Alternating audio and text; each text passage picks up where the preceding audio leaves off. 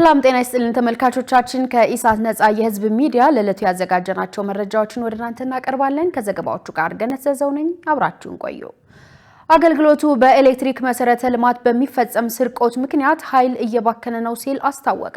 የኢትዮጵያ የኤሌክትሪክ አገልግሎት ኮሙኒኬሽን ዋና ስራ አስፈጻሚ አቶ አንዋር አብራር ለኢፕድ እንደገለጹት በሀገር ደረጃ በኤሌክትሪክ መሰረተ ልማት ላይ ስርቆትና ጥፋት እየደረሰ ነው ብለዋል። ባለፉት 4 ወራት ብቻ 36.45 ጊጋዋት ሰዓት የኤሌክትሪክ ኃይል ስርቆት ተፈጽሟል ያሉት ኃላፊው ይህም በገንዘብ ሲተመን የ13 ሚሊዮን 184677 ብር ኪሳራ አስከትሏል ብለዋል። ይህ ውድመትና የኃይል ስርቆት በማህበረሰቡ ዘንድ የኃይል መቆራረጥና ብክነት እየደረሰ መሆኑን አብራርተዋል። በ4 ወራት ውስጥ በመሰረተ ልማት ጥፋትና በኃይል ስርቆት በድምሩ ከ143 ሚሊዮን 290 ሺህ ብር በላይ ጉዳት ደርሷል ብለዋል። ጉዳት ባደረሱ 10 ሰዎች ላይ የወንጀል ክስ ተመስርቶ በፍርድ ሂደት ላይ ሲሆኑ ቀሪዎቹ በፖሊስ ምርመራ ላይ መሆናቸውን አስገንዝበዋል። የህግና የስነ ምግባር ስራ አስፈጻሚ አቶ አበበ ተስፋዬ በበኩላቸው ቆጣሪ በማሰናከል ኃይል የሚሰርቁ ድርጅቶች፣ ኢንዱስትሪዎችና ግለሰቦች እንዳሉ ገልጸዋል። በኤሌክትሪክ ተቋማት ላይ ጉዳት የሚያደርስ ማንኛውም ሰው ከ5 እስከ 15 ዓመት በሚደርስ ጽኑ እስራትና 50 ሺህ ብር መቀጮ ይቀጣል። ኃይል የሚሰርቁ ድርጅቶች ደግሞ እስከ 1 ሚሊዮን ብር እንደሚቀጡ በአዋጅ ተደንግጓል ብለዋል። ቅጣትን በተመለከተ የህግ ክፍተት የለም፣ ክፍተቱ ያለው በአፈጻጸሙ ላይ ነው ያሉት አቶ አበበ የኤሌክትሪክ ኃይልና መሰረተ ልማት ስርቆት የሚያደርሱትን አካላት ሁሉም ህብረተሰብ በጋራ ሊከላከል ይገባል ብለዋል።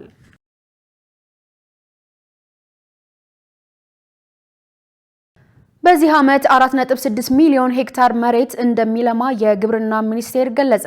በግብርና ሚኒስቴር የተፈጥሮ ሀብት ልማትና አጠቃቀም መሪ ስራ አስፈጻሚ ፋኖስ መኮንን ለኢዜአ እንደገለጹት የተፈጥሮ ሀብት ጥበቃና የተቀናጀ የተፋሰስ ልማት ስራ በማህበረሰቡ ዘንድ ባህል እየሆነ መጥቷል ብለዋል። በየዓመቱ በሀገራቱ ሁሉም አካባቢዎች በህብረተሰብ ንቅናቄ የአፈርና ውሃ ጥበቃ ስራ እየተከናወነ መሆኑን ተናግረዋል። የተፈጥሮ ሀብት ጥበቃ ስራ የተራቆተ መሬት እንዲያገግም፣ የአፈር መሸርሸርን በመከላከል ለምነት እንዲጨምርና ምርትና ምርታማነት እንዲያድግ እያደረገ ነው ብለዋል። ከዚህም ባለፈ ወጣቶች ተደራጅተው ኢኮኖሚያዊ ጠቀሜታ ያላቸውን አትክልትና ፍራፍሬ እንዲያመርቱ በማድረግ የኢኮኖሚ ተጠቃሚነትን እያሳደገ መሆኑን ተናግረዋል።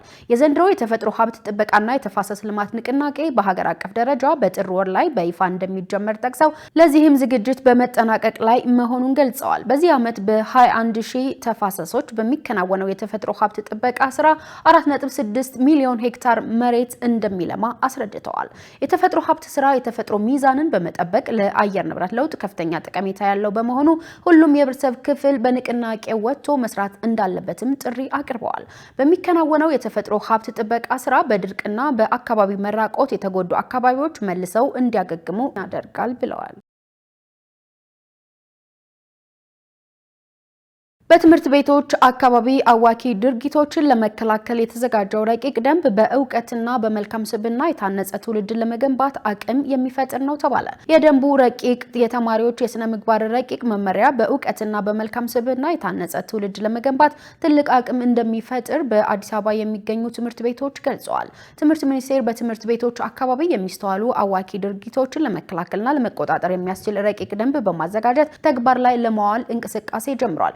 ሳይ ተማሪዎችን በመልካም ስብዕና ለማነጽ እንደሚያስችል የታመነበት የተማሪዎች የስነ ምግባር ረቂቅ መመሪያ ተዘጋጅቷል። በደንብና መመሪያዎቹ የተለያዩ የሱስ አይነቶች መጠቀምና መሸጥ፣ የኢትዮጵያን ባህል ወግና ሴትን የማይገልጹ የውጭ የሆኑ በዓላትን ማክበር፣ ስልክ ይዞ ወደ ትምህርት ቤት መግባት፣ የመማር ማስተማርን ሂደትን የሚያውክ የድምጽ ብክለት፣ የቁማር መጫወቻ ቦታዎችን በትምህርት ቤት አቅራቢያ መክፈት እንደማይፈቀድ ተቀምጧል። የድልበር አጠቃላይ ሁለተኛ ደረጃ ትምህርት ቤት ርዕሰ መምህር ደጀኔ ተስፋዬ ለኢዜአ እንደገለጹት በመማር ማስተማር ሂደት ላይ አሉታዊ ተጽዕኖ እያሳደሩ ካሉ ፈተናዎች መካከል በትምህርት ተቋማት አካባቢ የሚገኙ አዋኪ ድርጊቶች ቀዳሚዎች መሆናቸውን ይናገራሉ።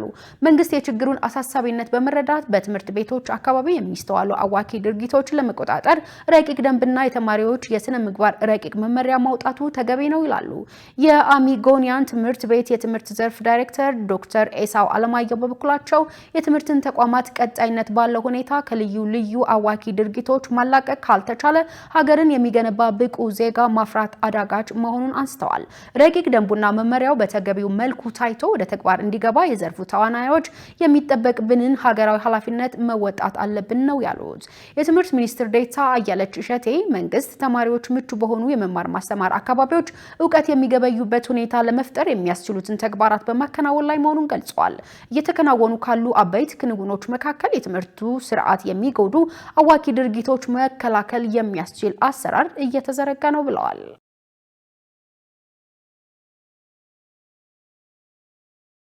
የኢትዮጵያ የደምና ህብረ ህዋስ ባንክ ከ26000 ዩኒት በላይ ደም መሰብሰቡን ገለጸ። አገልግሎቱ የተጠቀሰውን መጠን ደም የሰበሰበው በአዲስ አበባ ወጣቶች ብሔራዊ ደም ለጋሾች ማህበር አማካኝነት መሆኑን የገለጸ ሲሆን የ2017 የክረምት የወጣቶች የእውቅናና የመዝጊያ ፕሮግራም በአዳማ ከተማ አካሂዷል። በመርሃ ግብሩ ላይ የአገልግሎቱ ዋና ዳይሬክተር ዶክተር አሸናፊ ታዘበው ማህበሩ ደም ለጋሾችን በማነቃቃትና ራሳቸውን በቋሚነት ደም በመለገስ ላደረጉት በጎ ስራ ምስጋና አቅርበዋል። አባላቱ የደም ልገሳ ተግባራ ቸውን ወደፊትም አጠናክረው እንዲቀጥሉ ጥሪ አስተላልፈዋል። በአገልግሎቱ የደም ለጋሾች መሪ ስራ አስፈጻሚ ዶክተር መላሽ ገላው በበኩላቸው በሩብ ዓመቱ ከአዲስ አበባ ከተማ አስተዳደር 30300 ዩኒት ደም ተሰብስቧል። ከዚህ 26588 ዩኒት በአዲስ አበባ ወጣቶች ብሔራዊ ደም ለጋሾች ማህበር በኩል መሰብሰቡን ገልጸዋል። የከተማው አስተዳደር ትብብርና ፈቃድ እንዲሁም መልካም አመለካከት አገልግሎቱ ከብሔራዊ ደም ለጋሾች ጋር ያለው መልካም ግንኙነት የዝግጅት ስራ ቀድመው መጠናቀቃቸውና የኮሪደሩ ልማት ደም ማሰባሰቢያ ምቹ ቦታ መፍጠሩ መልካም አጋጣሚ እንደነበር ጠቅሰዋል። በሀገራችን የደም ልገሳ ልምድ አለመኖር፣ የመደበኛ ደም ለጋሽ ቁጥር አነስተኛ መሆን፣ የግብአቶች እጥረት፣ ስለ ደም ልገሳ በአንዳንድ የማህበረሰብ ክፍሎች የተሳሳተ ግንዛቤ መኖር ደግሞ ተግዳሮቶች ነበሩ ብለዋል።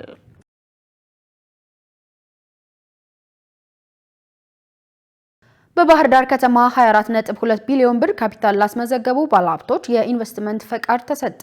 በምክትል ከንቲባ ማዕረግ የአስተዳደሩ ኢንዱስትሪና ኢንቨስትመንት መምሪያ ኃላፊ ወይዘሮ ብርሃን ንጉሴ የባህር ዳርን ከተማ ተመራጭ የኢንቨስትመንትና የቱሪዝም መዳረሻ ለማድረግ በትኩረት እየተሰራ መሆኑን ለኢዜአ ገልጿል።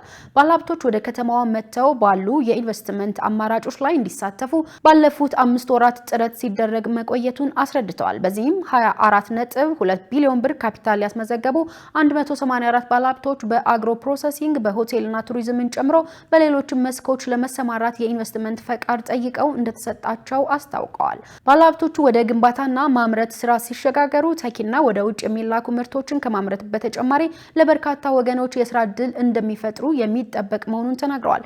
እንዲሁም ቀደም ሲል የኢንቨስትመንት ፈቃድ ወስደው በግንባታ ላይ ከነበሩ 26 ፋብሪካዎች ባለፉት 5 ወራት 5ቱ የማሽን ተከላ አጠናቀው ወደ ማምረት መግባታቸውን አንስተዋል። ቀሪዎቹ ደግሞ በማሽን ተከላ ላይ መሆናቸውን የጠቀሱት ኃላፊዋ ፋብሪካዎቹ ፈጥነው የማሽን ተከላ ስራ አጠናቀው ወደ ማምረት እንዲገቡ የተጠናከረ ድጋፍና ክትትል እየተደረገ መሆኑን አመልክተዋል። በማሽን ተከላ ላይ የሚገኙ ሁሉም ፋብሪካዎች ተጠናቀው ወደ ማምረት ተግባር ሲሸጋገሩ ተኪና ወደ ውጭ የሚላኩ ምርቶችን በብዛትና በጥራት ከማምረት ባሻገር ለበርካታ ዜጎች የስራ ዕድል እንደሚፈጥሩና ለሀገሪቱ ፈጣን ኢኮኖሚያዊ እድገት አስተዋጽኦ የማበርከት ፋይዳቸው የጎላ ነው ብለዋል። በከተማዋ እስካሁን በማኑፋክቸሪንግ ዘርፍ የተሰማሩ 268 የተለያዩ አምራች ኢንዱስትሪዎች በስራ ላይ እንደሚገኙ አውስተው ኢንዱስትሪዎች በእንጨትና ብረታ ብረት፣ በምግብና ምግብ ነክ፣ በጋርመንትና በጨርቃ ጨርቅ ዘርፍ የተሰማሩ መሆናቸውን ጠቅሰዋል። ከነዚህም ውስጥ 13ቱ ኢንዱስትሪዎች ወደ ውጭ የሚላኩ ምርቶች ላይ ትኩረት አድርገው የተሰማሩ ሲሆን በአጠቃላይ ከ11000 ለሚበልጡ ወጣቶችና ሌሎች የህብረተሰብ ክፍሎች የስራ ዕድል መፍጠራቸውን ከኢንዱስትሪና ኢንቨስትመንት መምሪያ የተገኘው መረጃ ያሳያል።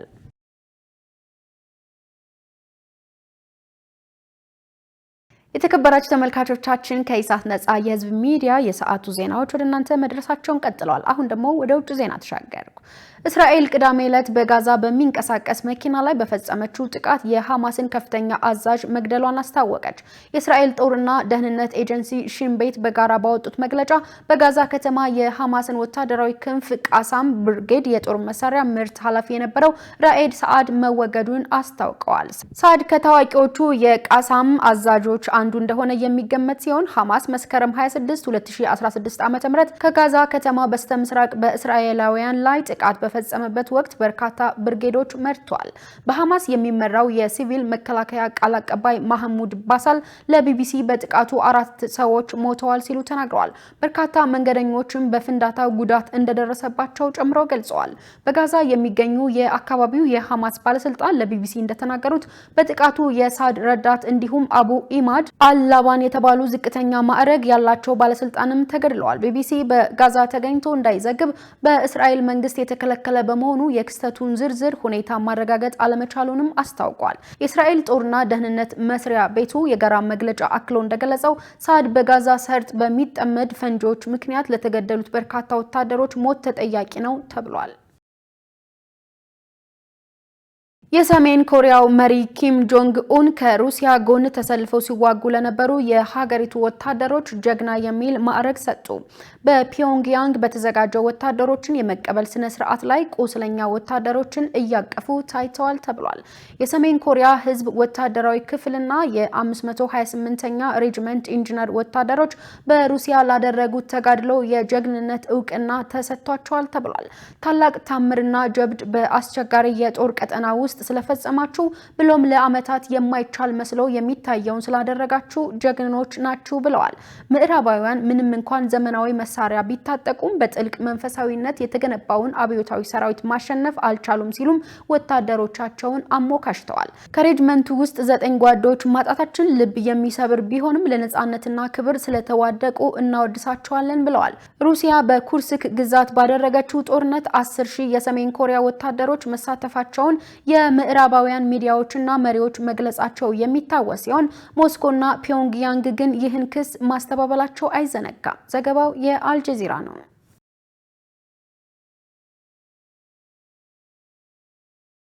የተከበራችሁ ተመልካቾቻችን ከኢሳት ነጻ የህዝብ ሚዲያ ወደ እናንተ ሲተላለፉ የነበሩ የዕለቱ መረጃዎችን ይመስላሉ። ከመረጃዎቹ ጋር ገነዘዘው ነበርኩ። ሰናይ ጊዜ